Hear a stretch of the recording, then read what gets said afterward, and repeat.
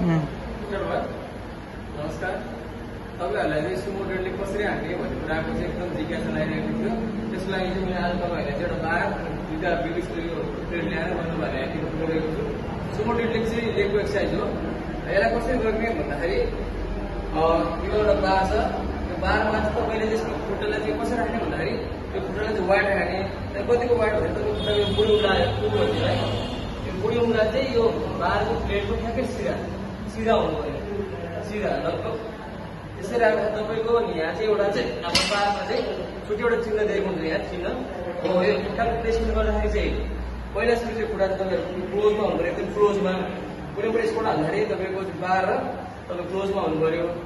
अनि यसमा चाहिँ तपाईँको के हुन्छ भन्दाखेरि यसमा चिन्ह हुन्छ होइन। यो चिन्हमा तपाईँ खुट्टा हुनु पर्यो र तपाईँको खुट्टा चाहिँ कस्तो हुनु पर्यो भन्दाखेरि खुट्टाको टो यो बुढी उला र प्लेट चाहिँ सिधा हुनु पर्यो।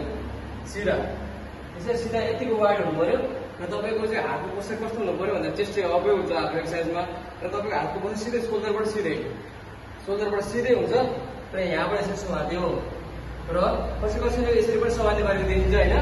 र कुनै हेभी लिफ्टिङहरू गर्न थालेपछि चाहिँ हामीले चाहिँ यसरी समात्दा हाम्रो गाह्रो हुन्छ। जति पनि हामीले यसरी समात्न थाल्छौँ है।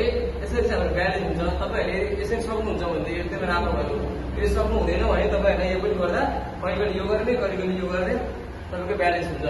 अब सुमो डेडलिफ्ट भन्दा कसरी हान्ने भन्दाखेरि सोल्डरबाट पहिला सुरु तपाईँले खुट्टाको ब्यालेन्स खुट्टाको बुढीमा प्लेट सिधा हुनु पर्यो। अनि खुट्टा चाहिँ यतिको वाइड हुनु पर्यो। र तपाईँहरूले सोल्डरबाट सिधा आफ्नो हात लानु पर्यो। र यसमा के हुन्छ भन्दाखेरि तलबाट माथि उठ्दाखेरि चाहिँ हामीले चाहिँ खुट्टालाई पार्न सकिन्छ। तर माथिबाट तल आउँदाखेरि हामीले कुनै पनि शरीरलाई चाहिँ यसको लेगलाई चाहिँ इन्भल्भ गर्न सकिन्छ। जस्तै यसलाई हाल्दाखेरि हामीले चाहिँ यहाँबाट यतिको वाइड तलायो तलाएपछि सिधा गयो। यसरी चाहिँ हामीले लेगमा पार्न सकिन्छ। तर अब तल चाहिँ हामीले यहाँ छोड्नु पर्यो। 1 2 3 4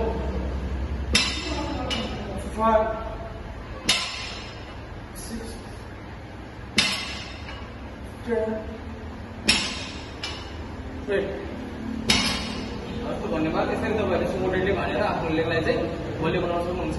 धन्यवाद।